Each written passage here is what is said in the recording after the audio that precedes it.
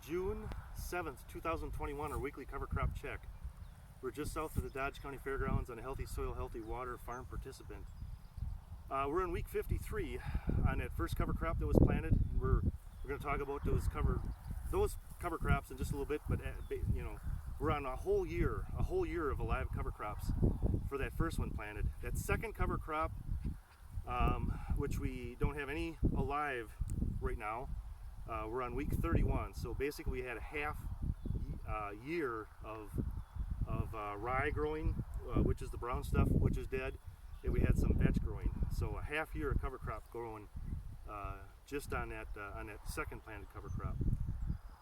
And we're on week 6 for the soybeans being planted, and we are the first full week of Roundup being sprayed, our residual being sprayed, and we're probably 75 degrees, maybe 80 degrees today.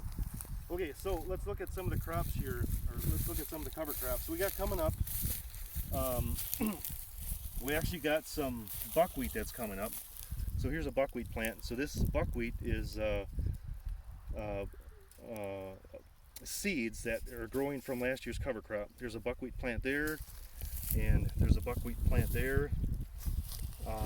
And for our plants that are 53 weeks old, here's this clover plant. It's stressed. It probably won't make the herbicide, or it probably will end up dying. Here's another clover plant. There's some more clover. There's some more clover, but that's our week 53 cover crop, so it made it a whole year. And we had a frost from the previous weekend, and plants like this are going to die. They're just not going to make it. Right here, that's another dead plant.